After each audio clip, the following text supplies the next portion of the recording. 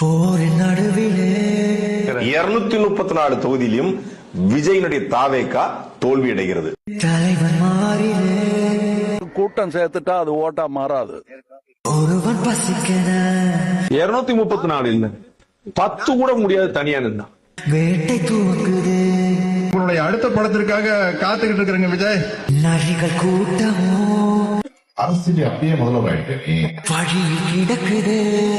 சினிமாக்கார வந்தா ஜெயிச்சான் அப்படிங்கிற வரலாறு கடைசியா எம்ஜிஆருக்கு மட்டும் தான் இருக்கும். நீங்க எழுதி வச்சுக்கோ. குருதி ஆட்டமோ காட்டு நடக்குது. நிறுவனம் என்ன சொல்லுது, அவர் தான் முதலமைச்சர். இப்ப இது எவ்வளவு பெரிய காமெடின்னு மக்களுக்கு தெரிஞ்சிச்சு. இல்ல வாடைகள் 100 வந்து போதவில்லையே. உன் பேரையே முழுசா உன்னால சொல்ல முடியாது. சொன்னா பாதி பேர் ஓட்டு போட மாட்டான். சி ஜோசப் விஜய் எனும் நான்